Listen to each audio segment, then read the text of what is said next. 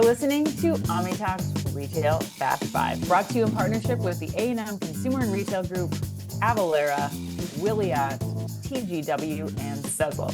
Ranked in the top 10% of all podcasts globally and currently ranked the #1 podcast. That's right, in all of retail by FeedSpot. The Retail Fast Five is a podcast that we hope makes you feel a little smarter, but most importantly, a little happier each week too. Today is April 24th, 2024. I'm your host, Sam Mazinga. And I'm Chris Walton. And we are here once again to discuss the most important headlines from the past week that highlight how the physical, digital, and human elements of retail are coming together to shape the future. Chris, we're coming to the listeners live from Milwaukee. Some may call it the Paris of the Midwest. Right. The Courtyard by Marriott in Milwaukee on Michigan Street. And yes, I loved how you emphasized ranked in that opening too. You put a little more emphasis on the R. It was very strong sounding. It was great. Okay. All right. Yes, I'm in my hotel room right now. For those watching on video, ladies, there's a bed beside me, so don't let your mind go wild. But hey, oh my God, are you for real, man? Of course I am, man. Of course I am. But God, Chris. But hey, it's Milwaukee. You gotta have fun with it, and you don't get to go to Milwaukee every day. It's only my second time in my life I've been to Milwaukee. Your second time too, right?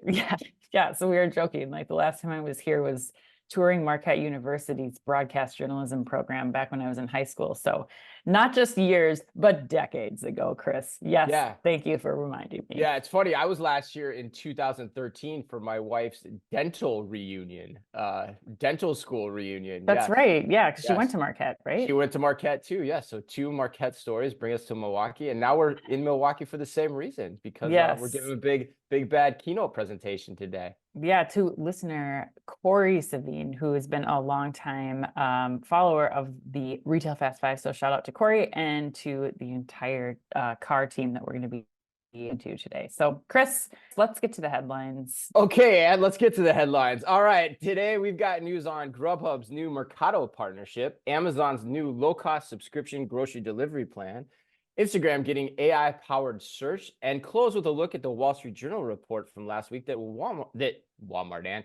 Amazon was running a secret operation. It's one or the other. It's going to be one or the other, right? Yeah, that's true, actually. Yeah, right. That's a good point. That they were running a secret operation to gain intel on its rivals. A story that's just so crazy that Ann and I had to talk about it. But we begin today with big news out of Walmart. Actually, Walmart this time. Actually, Walmart. Yes. Headline #1, Chris. Walmart-backed Fintech One has introduced a new buy now, pay later solution as it prepares a bigger push into lending. According to CNBC, Walmart's majority-owned fintech startup One has begun offering buy now, pay later loans for big-ticket items at some of the retailers' more than 4,600 U.S. stores. The move puts One in direct competition with Affirm, who was previously the BNPL leader and exclusive provider of installment loans for Walmart customers since 2019.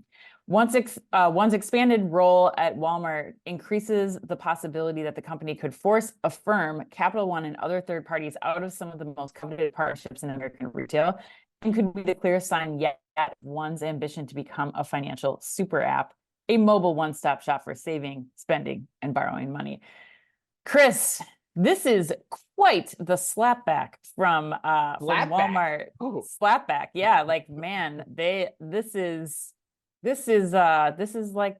pretty much a doozy. What do you think of this this headline? Slapback and doozy to start the show. All right. I mean, I don't even know what else you used. I don't know what else you used to describe this move. But and side note too, you know what I don't like about doing these recordings from a room is the hotel desk chair is like so noisy and so creaky, and like bends back and forth. They got to keep it straight, so I can't move at all to like not distract the audio. But hey, we're gonna roll with it. Actually, I'm literally not gonna roll with it. But all right. So yes, doozy, slapback. I don't know what does slapback mean. I'm not familiar with it.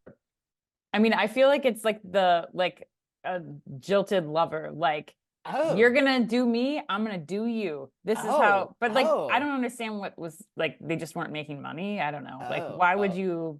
Because they want to make more money, and that's always what it's about. That's true. It's always about making more money. The #1 answer to anything in life is money, for the most part, when you look at motivations. All right. Well, so for me, I mean, my summary is that I think this is just another example of Walmart kicking ass and taking names. I love this. We first got introduced to this general idea about, I think it was like 3 years ago, right? And when we did the podcast with Alvier, and I met Yeah, them on a right. call, and I came running into the room being like, this is Yeah. the embedded finance is the coolest thing I've heard about in a long time. It's going to change retailers. The retailers that get it are going to be ahead of the game. And Yep. Walmart clearly is. So, and they're the only retailer of note too, possibly with the exception of Amazon, that appears to be seeing what we were like foreseeing 3 years ago, but they're doing it on a grand scale. That's what's Yeah. impressive here. Which means, I mean, the article talks about this, but man, this is tough sledding ahead for Affirm, Capital One, because Walmart's also seems like it's going to look into its own credit financing too through Mhm. this. And so that explains all the noise on the Capital One story that we covered a few months ago on the podcast. So we were sensing all along that this was at play. We talked about this same idea of embedded finance there too. So now this is the thing that really captivates me, Ann.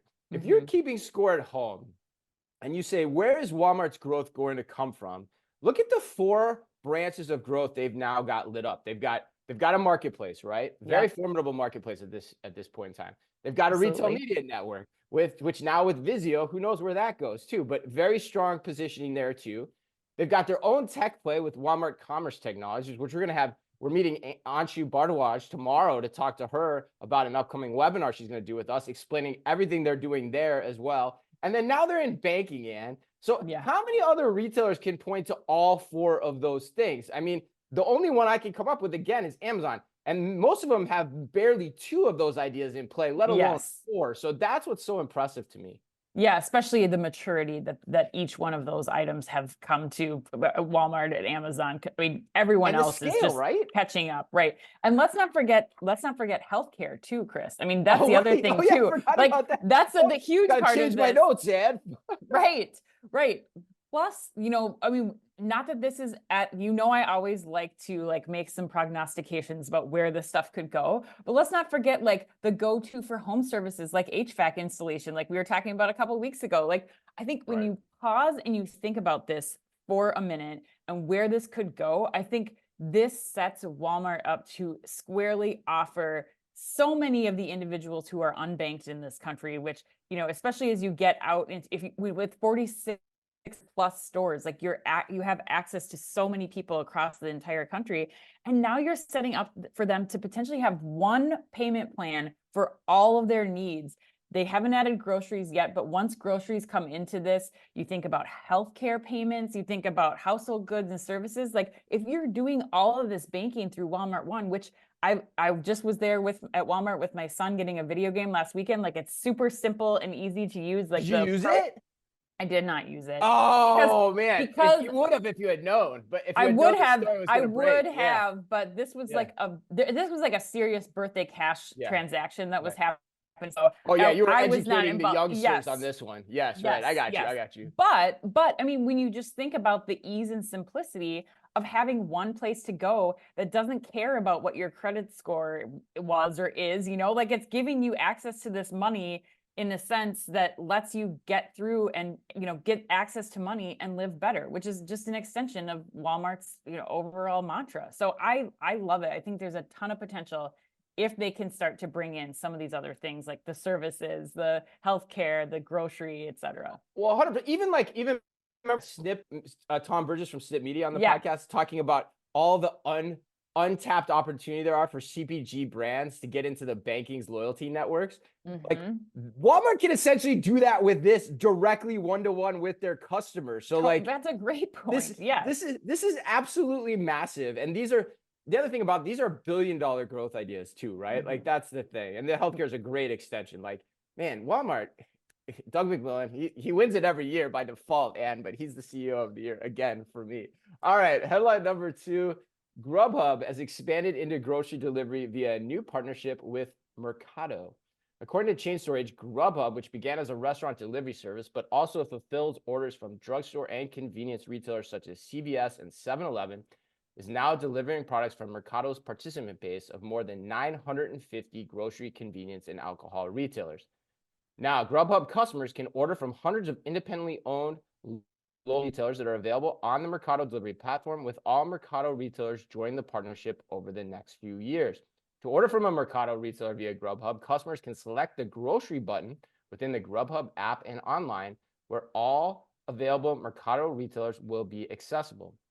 Customers who are members of the Grubhub Plus paid membership service will have access to $0 delivery fees on eligible orders from participating Mercado retailers.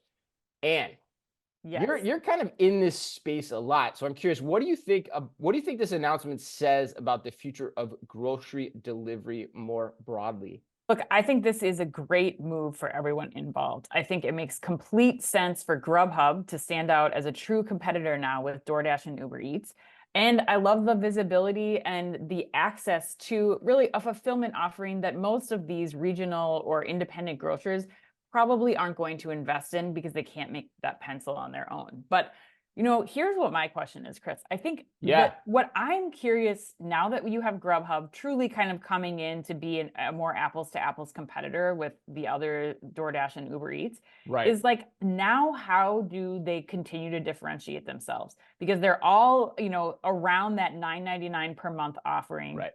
I think that it's going to come down to like what we talked to Bharat Pulgam at Buncha about. I think it's going to start coming down to service being a key component. Like, how do you get these goods? Mhm. What incentives are they giving the gig workers that work for them in order to kind of one up that like delivery experience? Or, Grubhub is even doing, like they mentioned, like with their program, they do like cashback or charitable components because now it's like a neck race for me between like what makes the most sense for each of those delivery providers. Mhm.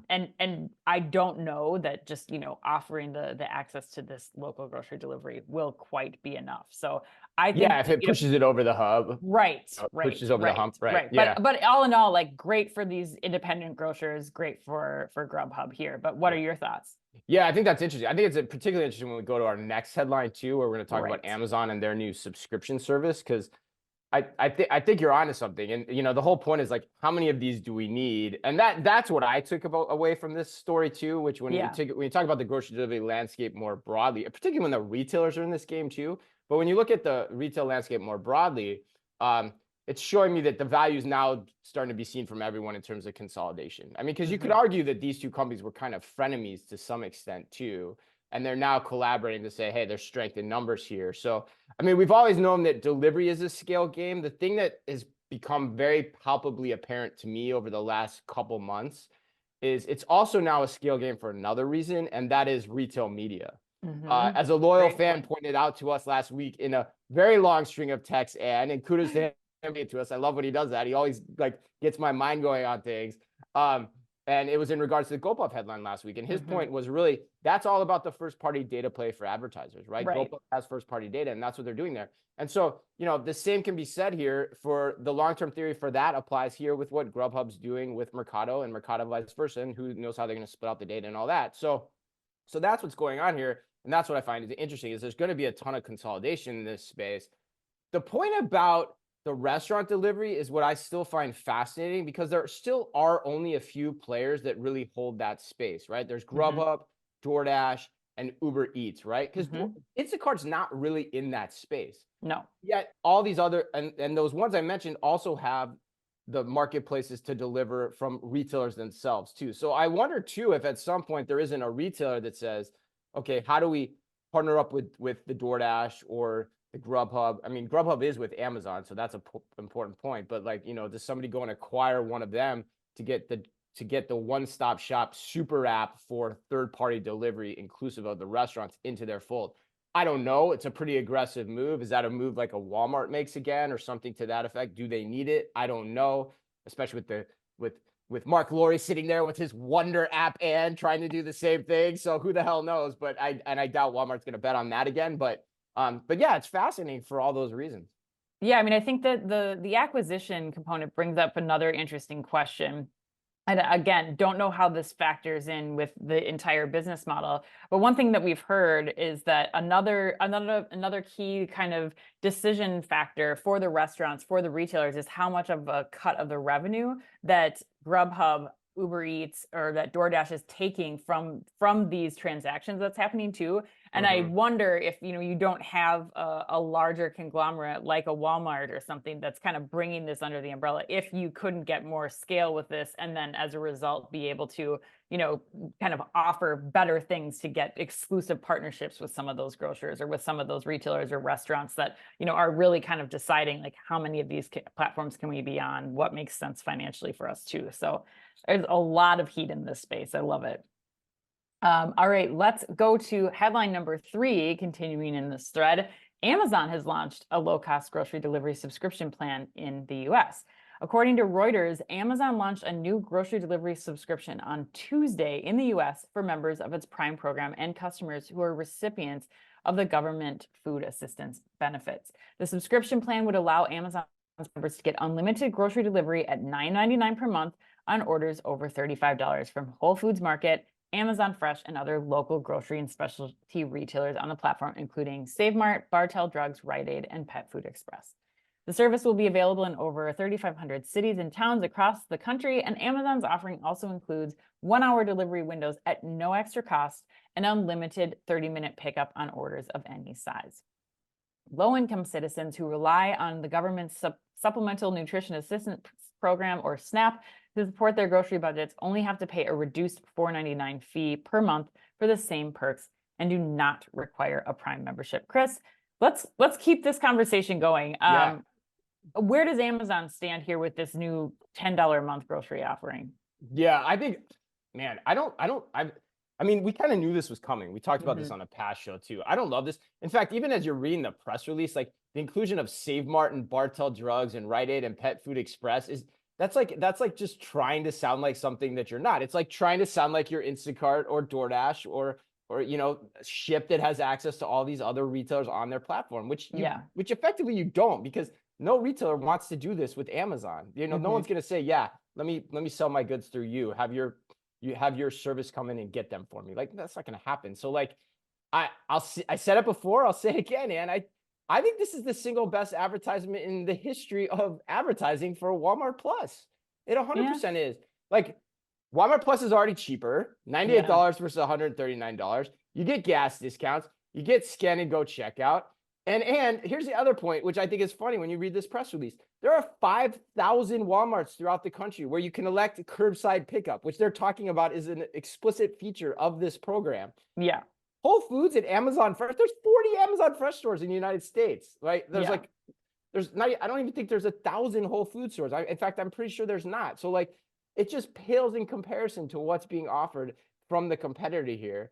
And so net, when I step back from all the announcements going on in grocery with Amazon here, taking this out of the delivery war game, to me, they feel absolutely lost in grocery, like absolutely lost, like without a compass lost, without an astrolabe, without a map. Insert your navigational device of your choice, and that's how I feel about this. Like, I mean, I don't understand how this is competitive. Even if you look at the options outside of Walmart too, which I know you want to talk to, like, and you've already kind of alluded to it, like, how is this competitive to what everyone else is doing? What do you think? Yeah, I don't think it makes sense. I mean, not that I'm like the model citizen for delivery here, but I think if I would be doing what I'm doing and what our family does, which is, yes, we have a Prime membership, but I am getting much, much more value out of $10 extra a month out of my DoorDash subscription than I am out of an Amazon grocery delivery subscription, for all the reasons that we just talked about. Access to restaurants, access to delivery from Dick's Sporting Goods, from Sephora, from PetSmart, like all these other options that I can get delivery within that short delivery window on my terms, and with other discounts that they fold in, like that's giving me more benefit actually than I think adding on to the Amazon world. And second, like I have access on this platform, especially with Grubhub, to regional grocers whose stores. Yeah, why wouldn't you just go with Grubhub over this? Like, I don't get. That's exactly what I'm saying. That's exactly what I'm saying. Something else. Yeah, yes, I don't know. Grocery delivery plus, because you still have all these other things that you're not currently getting access to. 1-hour delivery from with the other platforms. So I think the point here is like, not a lot of people in the rest of the country outside of Seattle, California, and Chicago, DC know what Amazon Fresh is. And a lot of people still don't feel comfortable with Whole Food. Like they aren't regular Right. The Whole Whole Food. Foods Yeah, I'm right. shoppers 100%. either. Yeah. So again, it's like this partnership with Mercado makes so much more sense. Like I already go to that retailer. I know what the produce is going to look like when I get it because I've been there thousands of times. Now I just have this added convenience of getting it delivered to me. Again, plus other things with that Grubhub, DoorDash, or Uber Eats membership. So for me, this is like Amazon, you're trying, but it's not, you're not thinking about this the right way. Yeah, and I'm gonna double down on this too. Like, I think the really cynical side of me too, if I this announcement, it kind of feels like a dupe. Like it's kind of like, oh yeah, it doesn't cost us much money. It doesn't cost us much effort to charge people for this. We don't think that many people probably want it ultimately, but hey, those suckers that want to pay us for it, let them pay us for it. Let them pay it. Let them pay it. Like, all those, affluent Whole Foods customers that want their food delivered, just let them pay us. It's fine. That's kind of how I think about this. I mean, do you agree with that? I mean, Yeah, I do. I mean, you it's true. do. Okay. Amazon form, like, I mean, Yeah. they could just cut it off later. And they had only tested this in like 3 markets, right? And so, yes, sure, it's working in those 3 markets, Yeah, I but know that. what's the access to and like shopper penetration in a Whole Foods in those markets compared to like Nebraska, or like the Dakotas or something that, Yeah, right. For I how don't experimental, air quotes, Amazon is, yes, the allusion to the experiment or the test for this was a little weak too, I think, as well. Yeah. Wow. Not like there's a lot not to love about this announcement at the end of the day. All right. Headline number 4, Instagram plans to add new AI powered search features.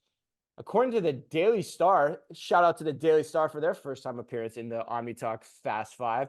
With this feature, users can initiate conversations with an AI chatbot and enter unique search queries to find photos and reels. For example, if a user types in a prompt like beautiful Maui sunset reels, something I've typed in quite often, and they can access relevant reels content fitting the requested theme and subject matter. And I'm curious, do you think this is just another example of the often heard refrain of AI is getting overhyped, or do you think there's something to this headline?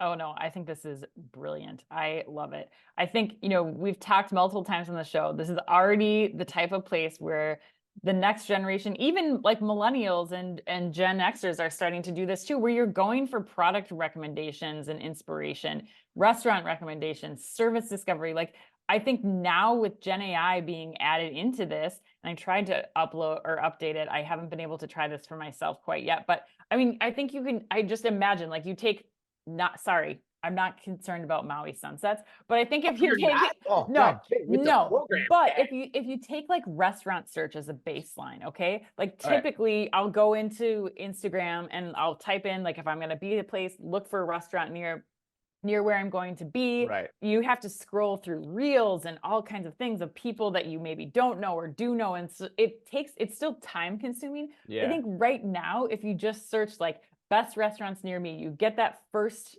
Yep. display of things. Then I think you can start having this conversational relationship with the Gen AI inside TikTok to help like continue to refine this. Like, does this place accommodate my gluten-free friend? Is there something similar but less expensive? Like all of this is just going to continue to bolster and refine like what those search results are, making it a go-to destination for search from just expanding that across all the generations.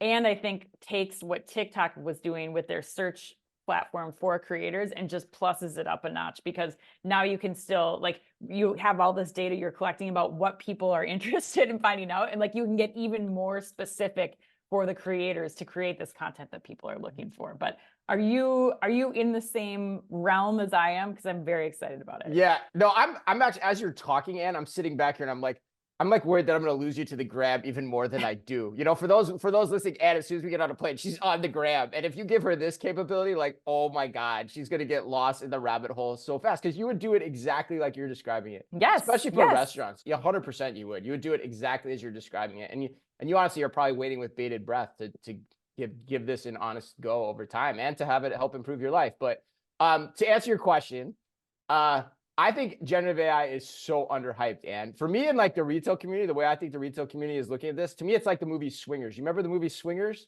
Yes. Yeah, no one saw that movie in the theater. No one.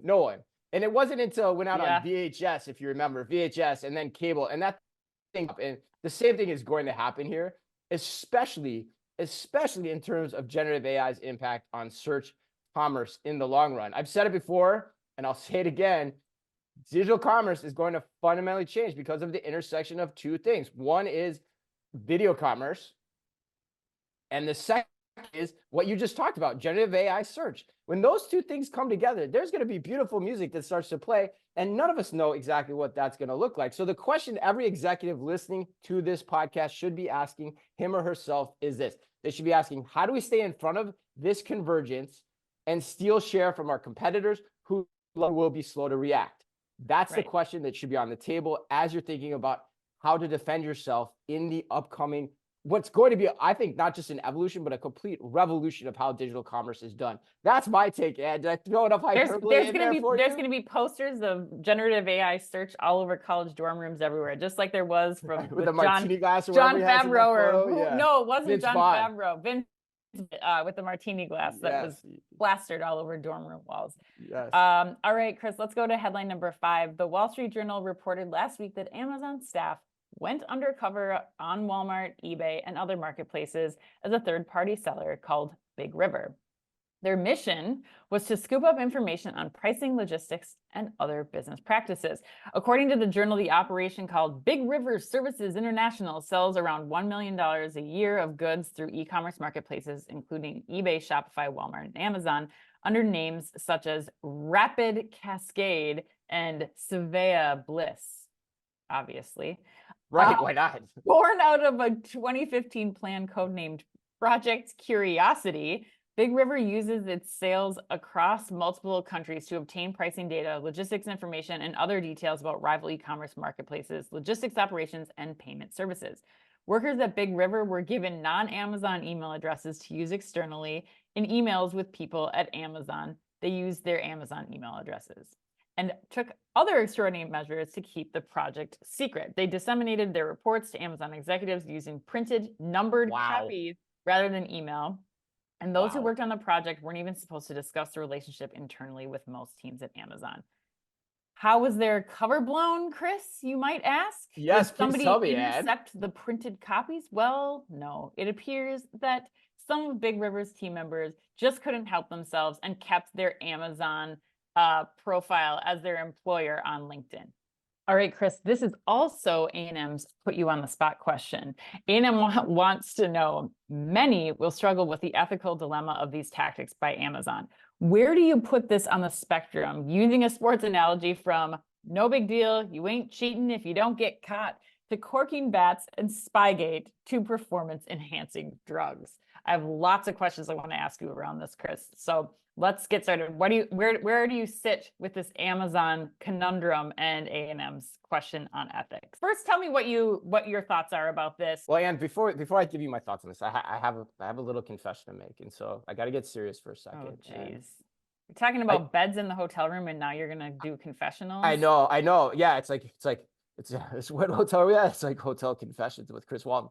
But no, I'm serious. I'm gonna get serious for a minute. I get asked this question a lot. I get asked it a lot, and so yes, and I am the grandson of Walmart's founder, Sam Walton, and I was a longtime triple agent at Target, and now I report back to Doug McMillan regularly on what it takes to build a retail news powerhouse with just 2 people and a team of back office support in India. But Doug and I, we don't communicate. We don't communicate by mail either. We don't go pedestrian like Amazon does in our corporate operation. We communicate by burner phones. We go wire style, and that's how we communicate. But oh my God, no, I mean that's the point of this, right? Like, and for those of you that thought I'm serious, I'm absolutely not. I'm guessing no one did if you watch the show or listen to the show regularly. But this story, it's just so ridiculous to believe. And for me, it speaks to like Amazon they'll do anything to win. And so, is it a hard thing to do? Could other people do it? Yes. Have other people probably tried to do similar things? Yes. But for when I back and I look at this 30,000-foot view, when you have a pending lawsuit on monopoly power and anti-competitive practice, the optics of this are just absolutely awful. Right. And yes. so as my freshman English teacher, Steve Silverdale, used to say, honest to God, that was his name, Steve Silverdale used to say, 1,000 lashes with a wet noodle, Amazon, because come on. I mean, this is just nuts. I Like what? mean, okay, so Chris, I have to ask because so here's where my mindset, like, yes, this is crazy, but like, let's really break it down. I have to like play devil's advocate a little bit here to try to Oh, understand wow. where this is Okay. going. But okay, so on one hand, you could consider this taking like comp shopping to the next level. And you like brought with all of the buyers that you used to work with, like you guys would do comp shopping. Everybody does comp shopping, like it across multiple industries, right? You're all kind of looking at the competitors' goods, you're breaking them down. But like, can you imagine like how what just I'm just thinking of like the psychology of getting an employee at Amazon to do this work. Like, would you have reservations as like a boss asking people to do this, or as an employee like, yes, I'll sign up to work for Big River? Like, I just that's the part to me that I just don't understand. Like, as a human being and as a worker, I would just there'd be so many red flags with this. I just don't know like where you cross the line from like we're just doing comp shopping to like now Yeah. I'm actually posing as another person, another company, and like that to me, the ethical thing for me is like really what is concerning here, or what I just don't understand. Like, and so I'm curious, like as a former manager of other buyers, like could you imagine presenting this, and what kind of like consternation would you have as you think about this assignment if it were handed to you? No, I can't. I mean, I can't. And to me, the parallels with comp shopping aren't even there. Like Okay, comp shopping, you're going into a store, it's a publicly available store. You're just sure. looking at product and prices. Okay, That's all the information you're getting. okay. This is totally different. They're going in to learn the ins and outs of how marketplaces work, what's their structure, what's their service agreements, what's their penalties, all the different things that come with that. The amount of intel you're getting through this type of thing is astronomical compared to what I get in the average comp shop. And then what about product design? Because that's another area too, where like we know that product designers are purchasing other things. Yep. They're trying to make their company's version. Like, does that change anything? No, that's different to me too, because there are legal ramifications in place if Okay. someone is explicitly knocking you off, and you can Right. take them to court for that. So I'm curious what comes out of this too. But Yeah. no, I mean, yes, and everyone is doing that. Yes. That's where the lines get gray. Like Right. everyone is doing that, but if you're doing it right, you're definitely not ripping it off 100%. There's some, for me, there was always some tweak that made it a little bit different. And for my position as a merchant at Target, it was always about giving the best value. So how do I do what they're doing and create some product that has another element of value for the same price?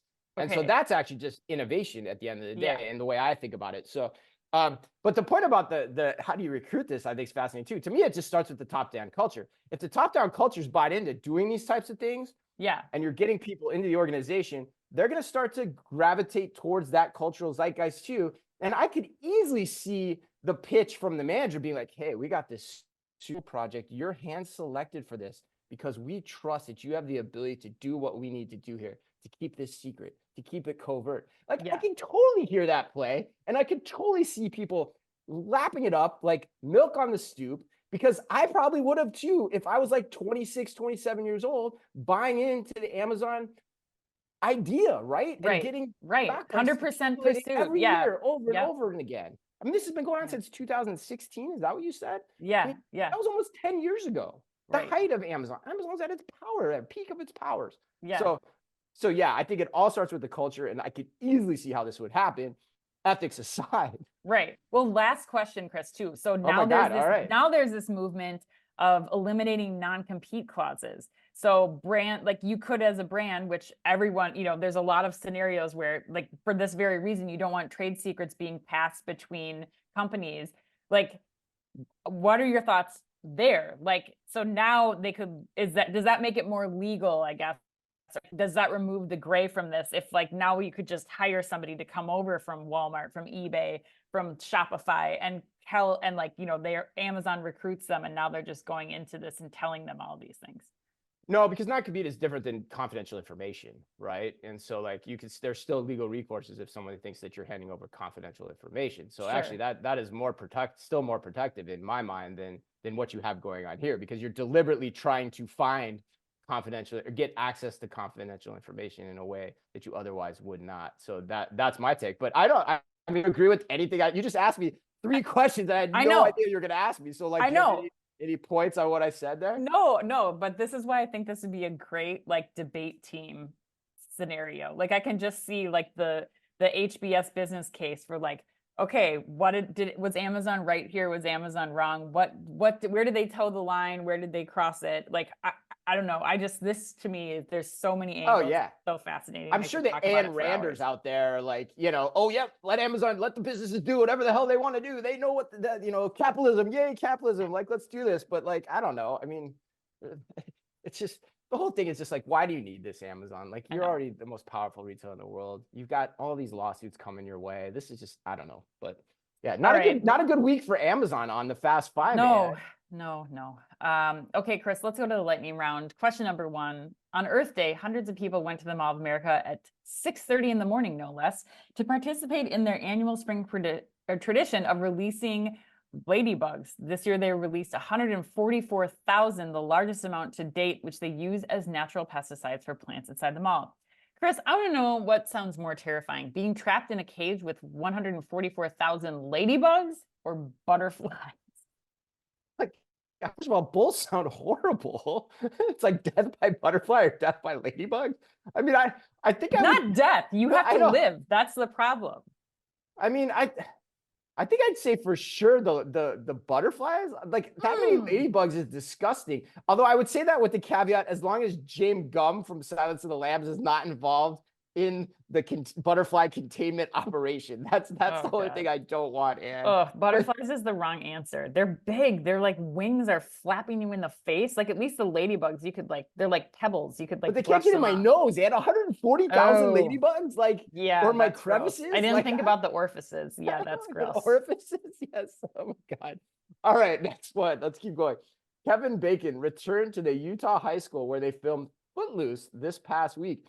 And when I say the word Footloose, what is the first thing that you think of? Oh, Kenny Loggins, man. Oh, wow. Yeah. God, I love Kenny Loggins. Such a great guy. Do you? I didn't know you liked Kenny Oh, Loggins. I could rock out to Kenny Loggins all day. I love that dude. He is pretty great. He's pretty under I'm celebrated, I all think. right. Yeah. Don't Yeah. like I am already dancing to it from in my head. So yes, Kenny Loggins all day. But I'm sure your answer is The different. movie theme song king, really. I mean, you gotta Oh, celebrate him. yeah.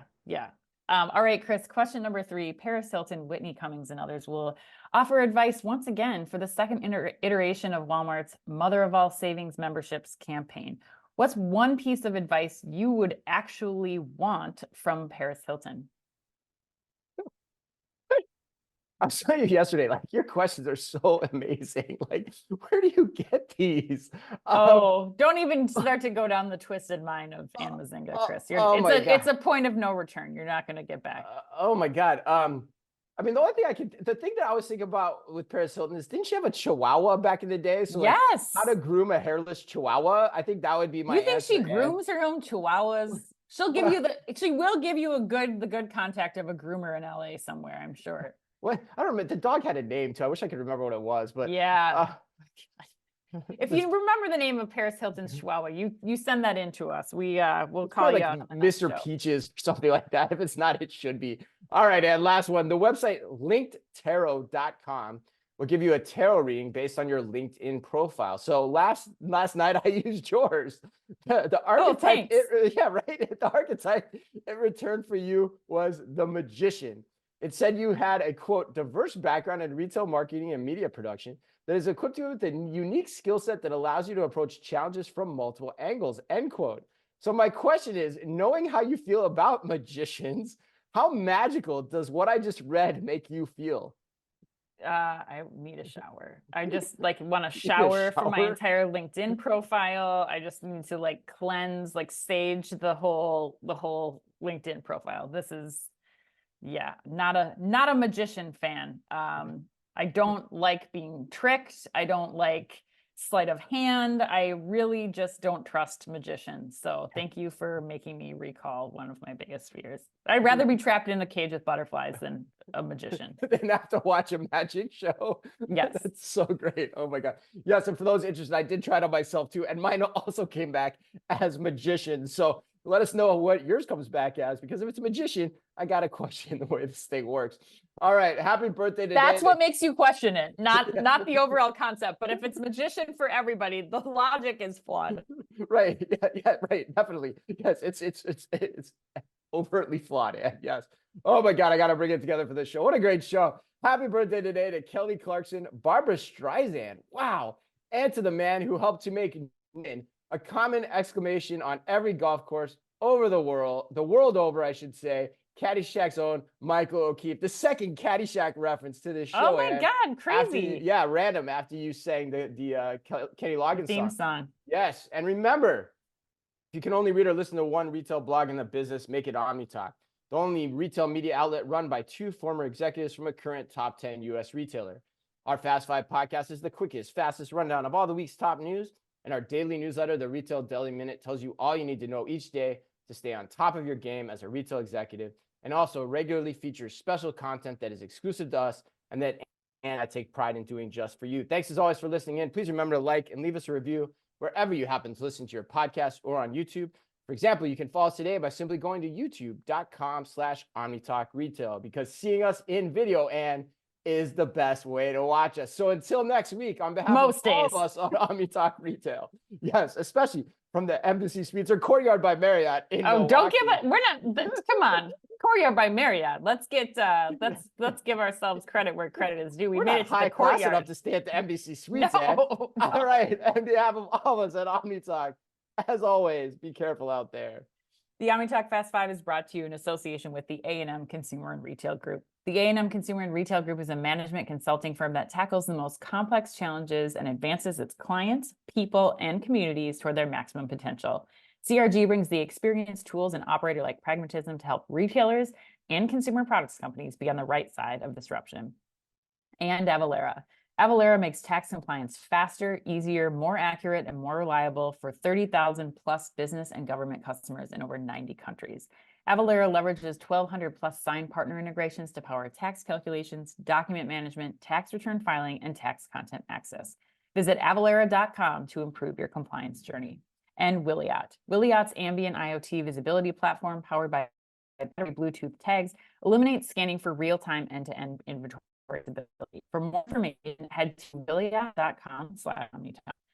And TGW. Revolutionize your grocery supply chain with TGW. Their experts tailor automation solutions to your needs, ensuring you have the edge. Work with TGW before your competition does. Discover more at tgw-group.com. And Sezzle. Sezzle is an innovative buy now, pay later solution that allows shoppers to split purchases into 4 interest-free payments over 6 weeks. To learn more, visit Sezzle.com.